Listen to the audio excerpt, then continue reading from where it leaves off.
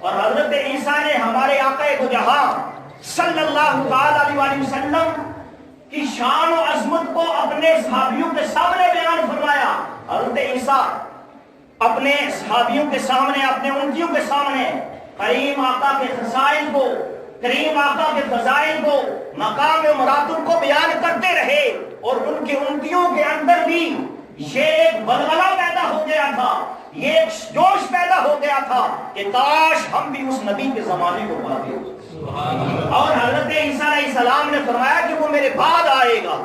اب حضرت عیسیٰ علیہ السلام کا ایک امتی کھڑا ہو گیا، بزرگ تھا، عرض کرنے لگا اے اللہ کے نبی کہ حضرت موسیٰ علیہ السلام نے جس نبی کی بشارت دی، اس نبی کے آنے کا تذکرہ کیا، اور ساتھ یہ بھی فرمایا کہ جو اس نبی کا ادب و احترام کرے گا، جو اس نبی کی تعظیم و توقیر کرے گا، وہ کامیاب ہو جائے گا، جو اس نبی کی نافرمانی کرے گا، اس کی پیروی نہیں کرے گا، وہ ناکام ہو جائے گا۔ اے اللہ کے نبی کیا وہی آپ ہیں؟ تو حضرت عیسیٰ علیہ السلام نے فرمایا کہ اے میرے امتیوں سنو کہ جس نبی کی بشارت حضرت موسیٰ نے دی تھی وہ میں نہیں ہوں، بلکہ وہ عظمت والا رسول، وہ مقام اور مرتبے والا رسول میرے بعد آئے گا۔ اور قرآن نے اس کو بیان فرمایا، حضرت عیسیٰ علیہ السلام نے فرمایا وَمُبَشِّرًا بِرَسُولٍ يَأْتِي مِن بَعْدِهِ اسْمُهُ أَحْمَدُ، کہ میں خوشخبری دینے والا ہوں اس عظیم رسول کی جو میرے بعد آئے گا، اس کا نام احمد ہے، اس کا نام احمد ہے۔ ہمارے آقا دو جہاں صلی اللہ علیہ وسلم کا نام احمد بھی ہے، محمد بھی ہے۔ مفسرین نے لکھا کہ اس دنیا کے اندر ہمارے آقا کا نام محمد ہے، اور آسمانوں پہ ہمارے آقا کا نام احمد ہے۔ اور احمد کسے کہتے ہیں؟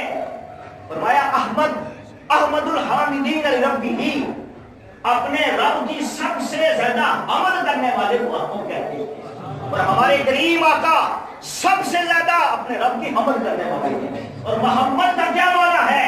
محمد ذات ہی تو اعلیٰ ہے۔ محمد کا معنی ہے هو الذی حمد مرۃ بعد مرۃ، کہ وہ کہ جس کی بار بار تعریف کی جائے، جس کی بار بار تعریف کی جائے۔ سمعین سے وقار معلوم یہ ہوا کہ وہ عظیم نبی، وہ پیغمبر خالق کائنات نے ہمیں عطا کیا کہ جس کی امت میں ہونے کے لیے سابقہ انبیاء بھی دعائیں کرتے رہے۔ یہ ہمارے لیے باعث فخر بات ہے کہ ہمیں اتنا عظیم رسول ملا۔ اور سمعین سے وقار، اب اس رسول کا کیا کہنا کہ میرے نبی کی ہر عادت، میرے نبی کا ہر لمحہ اللہ رب العالمین کی بارگاہ میں ذکر و فکر میں گزرتی۔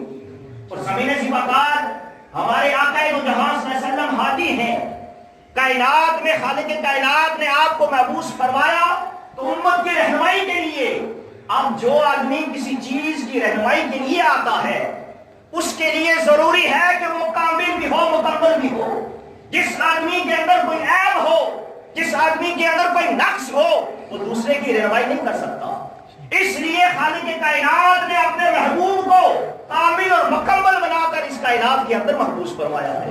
اور اسی کی ترجمانی سیدی اعلیٰ حضرت نے فرمائی، آپ کیا خوب فرماتے ہیں کہ وہ کمال حسن حضور ہے کہ گمان نقص جہاں نہیں، یہی پھول خار سے دور ہے، یہی شمع ہے کہ دھواں نہیں۔ اعلیٰ حضرت نے کیا خوب شان بیان کی۔ آپ فرماتے ہیں کہ ہمارے آقا دو جہاں صلی اللہ تعالی علیہ وسلم کے بارے میں عیب تو دور کی بات، عیب کا گمان بھی نہیں کیا جا سکتا۔ اور آپ فرماتے ہیں وہ کمال حسن حضور ہے کہ گمان نقش جہاں نہیں، یہی پھول خار سے دور ہے، یہی شمع ہے کہ دھواں نہیں۔ اور آپ نے کیا خوب ترجمانی فرمائی۔ آپ فرماتے ہیں کہ جہاں پھول ہو وہاں کانٹے بھی ہوتے ہیں، جہاں پھول ہو وہاں کانٹے بھی ہوتے ہیں، لیکن یہ مدینہ طیبہ کا ایسا پھول ہے جس کے ساتھ کوئی کانٹا نہیں ہے۔ آپ فرماتے ہیں کہ یہی پھول خار سے دور ہے، یہ پھول تو کانٹوں سے دور ہے، چونکہ جو بھی پھول کو لے گا اسے کانٹا چبھے گا۔ آپ فرماتے ہیں کہ مدینے کا پھول ایسا ہے کہ جس کے ساتھ کانٹا نہیں ہے۔ فرماتے ہیں کہ یہی شمع ہے۔ سیدی مرشدی یا نبی یا سیدی مرشدی یا نبی یا مصطفیٰ۔ اور آپ فرماتے ہیں کہ یہی شمع ہے کہ دھواں نہیں، اور جہاں شمع ہوتی ہے وہاں دھواں بھی ہوتا ہے۔ لیکن آپ کیا خوب ترجمانی کر رہے ہیں والضحیٰ کے چہرے کی. آپ فرماتے ہیں کہ یہی شمع ہے کہ دھواں نہیں، کہ یہ مدینے کی ایسی شمع ہے کہ اس کے ساتھ دھواں نہیں. اور سمعین زماکار حضور سرور کائنات کو خالق کائنات نے سب سے زیادہ حسین بنا کر اس کائنات میں مبعوث فرمایا. اور امام زرقانی رحمت اللہ کے فرماتے ہیں کہ لم یظہر لنا تمام حسنہ لأنہ لو ظہر لنا تمام حسنہ لما اطاقت اعیننا رؤیتہ. آپ فرماتے ہیں کہ حضور سرور کائنات کے حسن کو پوری آب و تاب کے ساتھ اس کائنات میں ظاہر نہیں کیا گیا کہ اگر حضور کے تمام حسن کو اس کائنات میں ظاہر کر دیا جاتا تو ہمارے آنکھوں میں اتنی طاقت ہی نہ ہوتی کہ حضور کا دیدار کر سکے. آپ فرماتے ہیں کہ خالق کائنات نے اپنے محبوب کے کچھ حصے کا حسن ظاہر کیا. اگر ہمارے آقا کے تمام حسن کو خالق کائنات ظاہر کر دیتا تو ہمارے آنکھوں میں اتنی طاقت نہ ہوتی کہ حضور کا دیدار کر سکے. تو کسی شاعر نے کیا خوب منظر کشی کی ہے کہ خالق کے پیارے حبیب صلی اللہ تعالی علیہ وسلم اس کائنات کے اندر سب سے حسین و جمیل ہے. آپ صلی اللہ علیہ وسلم کا چہرہ انور جو بھی دیکھتا دارہ اسلام میں داخل ہو جاتا. اور سامعین زماکار مفسرین کرام نے لکھا کہ خالق کائنات نے سابقہ انبیاء کو جتنے معجزات عطا کیے، خصائل و فضائل عطا کیے، مقام اور مراتب عطا کیے، جتنی شانیں عطا کی، عظمتیں عطا کی، خالق کائنات نے ان تمام کو جمع کر کے اپنے محبوب میں ودیت فرما دی. سابقہ انبیاء اکرام ہر ایک نبی کو خالق کائنات نے معجزات عطا کیے، خصائل عطا کیے، فضائل عطا کیے بے شمار. مفسرین فرماتے ہیں کہ خالق کائنات نے ان تمام فضائل کو جمع کر کے، خصائل کو جمع کر کے، مقام اور مراتب کو جمع کر کے اپنے محبوب میں ودیت فرما دیا. یعنی ہمارا محبوب سب کے لیے رہبر و رہنما ہے اور تمام خصوصیات خالق کائنات نے اپنے محبوب میں پیدا کروا دی. اور یہ آقا دو جہاں صلی اللہ علیہ وسلم کی شان ہے. اور حضرت ابو ہریرہ رضی اللہ تعالی عنہ بیان فرماتے ہیں کہ کریم آقا صلی اللہ تعالی علیہ وسلم کا چہرہ حسین و جمیل ہے. آپ فرماتے ہیں کہ ما رأیت شیئا احسن من رسول اللہ صلی اللہ علیہ وسلم، کہ میں نے کائنات کے اندر آقا دو جہاں صلی اللہ علیہ وسلم سے حسین و جمیل کسی چیز کو نہیں دیکھا. ما رأیت شیئا احسن من رسول اللہ صلی اللہ علیہ وسلم، کہ حضور سے حسین و جمیل میں نے کائنات کے اندر کسی چیز کو نہیں دیکھا. اور آگے آپ کیا فرماتے ہیں کہ الشمس تجری فی وجہہ، گویا کہ سورج آقا دو جہاں صلی اللہ علیہ وسلم کے چہرے پہ طلوع ہو رہا ہے.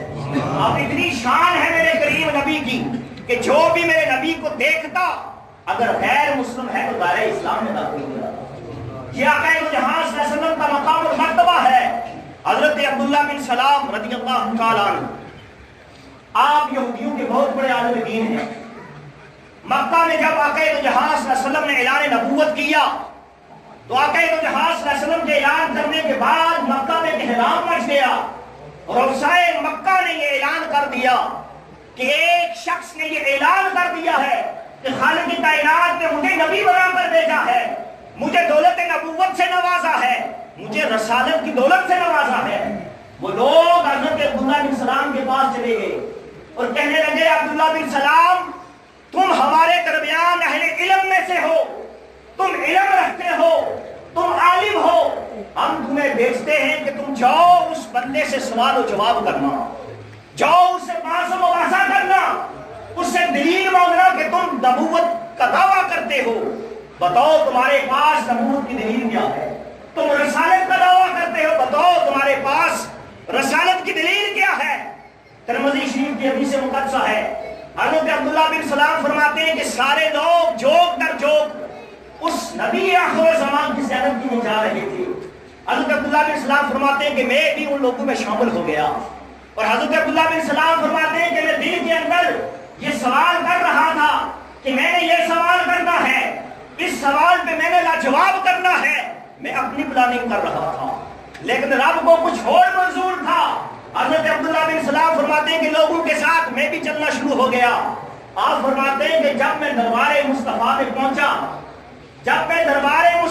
پہنچا ایک نگاہ اٹھا کر والضحیٰ کے چہرے کو دیکھا. آپ فرماتے ہیں کہ میری نگاہیں